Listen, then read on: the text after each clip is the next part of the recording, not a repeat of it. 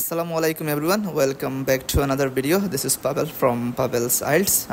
এই ভিডিওতে আমি আপনাদের সাথে আলোচনা করব ম্যাপ কিভাবে আমরা কম্পিউটার বেসড IELTS এ লিসনিং মডিউলে আমরা কিভাবে আনসার করব, কম্পিউটার বেসড এক্সামে কিভাবে ইন্টারফেসটা আসে ম্যাপের ক্ষেত্রে আমরা অপশনগুলাই কিভাবে আমরা আনসার করব সেটাই আমরা আজকে দেখব। তারপরের যে ইন্টারফেসটা এখানে আসছে সেটা হচ্ছে আমি বাম সাইডে দেখতে পাচ্ছি একটা ম্যাপ আছে এবং ম্যাপের মধ্যে অনেক অপশন আছে এবং ডান সাইডে কোয়েশ্চেনগুলো দেওয়া আছে টেবিল আকারে 1 2 3 তিনটা টোটাল কোয়েশ্চেন দেওয়া আছে এবং ম্যাপের যে অপশনগুলো A B C D H পর্যন্ত সেগুলো উপরের একটি রোতে দেওয়া আছে।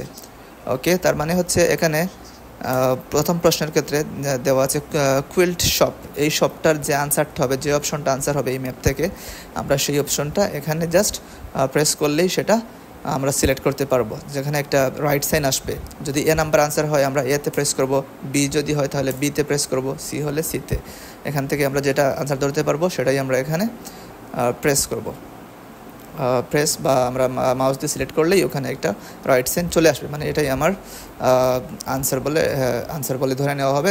ওকে, তাহলে আমরা অডিওটা শোনার পর দেখি প্রথম ক্ষেত্রে কোন আনসারটা হয়।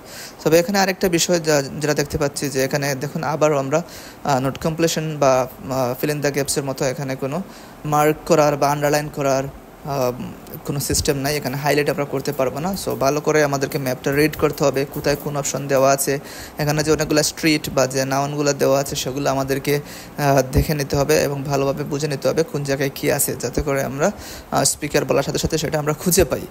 ওকে, আর অপশনগুলো তো অবশ্যই আমরা দেখবো। এখানে আমরা দেখতে পাচ্ছি এখানে কম্পাসটা দেওয়া আছে, কম্পাসটাও আমরা একটু দেখে নেব, কারণ অনেক সময় কম্পাসের সাইড বলে আপনার লোকেশনটা বলে দেওয়া হয়।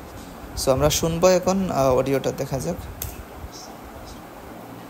You'll notice that the Welcome Center, where we are, is located on the southwest corner of Elm and Main Streets.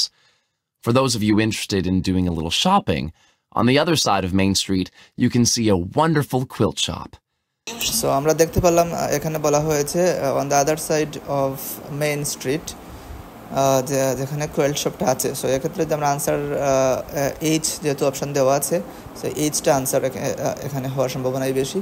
So আমরা এইচের নিচে এখানে যদি কোয়েল্ট শপের যে রোটা আছে এখানে সিলেক্ট করলে এখানে রাইট সাইনটা চলে আসবে। But let me warn you, it will be hard to leave that shop, so you may want to save that for last. The next street up Main is Ash Street. আমরা দেখতে পেলাম পরের যে লোকেশনটা এখানে speaker বলে দিয়েছে সেটা হচ্ছে অ্যাশ স্ট্রিট, এবং অ্যাশ স্ট্রিটটা এখানে যে মিডিলের যে লাইনটা আছে বাম সাইডে ওইটি হচ্ছে অ্যাশ স্ট্রিট। সো আমরা দেখি অ্যাশ স্ট্রিটের ক্ষেত্রে কোনো প্রশ্নের যে 2 নাম্বার যে হ্যান্ডক্রাফটস মিউজিয়াম সেটা বলে কিনা। On the south side of Ash is a handicrafts museum worth a look. On the south side of Ash Street, so আমরা দেখতে পাচ্ছি এখানে অ্যাশ স্ট্রিটের সাউথ সাইডে এ অপশনটা আছে এখানে। সো এখানে আমরা এ নাম্বারটা আনসার হবে। আনসারটা আমরা কীভাবে করবো, এই যে 2 নম্বরে দেওয়া আছে হ্যান্ডিক্রাফট মিউজিয়ামস, এই প্রশ্নের এই যে রথে এই যে এ নাম্বার যে কলামটা আছে এখানে শুধু আমরা সিলেক্ট করলেই এটা রাইট সাইন বা টিক সাইন চলে আসবে এবং এটাই আমার আনসার বলে আমরা ধরে নেওয়া হবে। এবং আমরা যদি চাই যে কোনো একটা কলাম বা কোনো একটা অপশন সিলেক্ট করার পরে সেটা চেঞ্জ করতে, সেটাও আমরা করতে পারবো। জাস্ট নর্মাল কী করতে হবে, আমাদেরকে অন্য কোনো অপশনের কলামে বা সারিতে শুধু আমরা সিলেক্ট করলেই এটা চেঞ্জ হয়ে যাবে। সো এটা আমরা এভাবে চেঞ্জ করেও নিতে পারবো। সো পেপার বেস এক্সামে আমরা যেটা করতে পারতাম, স্পিকারের সাথে সাথে আমরা পেন্সিলটাকে আমরা মুভ করতে পারতাম, বাট এক্ষেত্রে যেহেতু আমরা পেন্সিল বা পেন ইউজ করতে পারতেছি না, আমাদেরকে কী করতে হবে, যখন স্পিকার বলে তাকে ফলো করার জন্য আমরা আমাদের মাউসটাকে ব্যবহার করতে পারবো। সো এই ছিল ম্যাপ নিয়ে আজকের ভিডিও, আশা করি আপনারা বুঝতে পারছেন। দেখুন এগুলো প্রথম দিকে একটু জটিল মনে হতে পারে, বাট আসলে এটা অতটাও জটিল না। 2-1 বার বা 2-1 দিন প্র্যাকটিস করলেই দেখা যাবে এগুলো আমরা আয়ত্তে নিয়ে আসতে পারবো।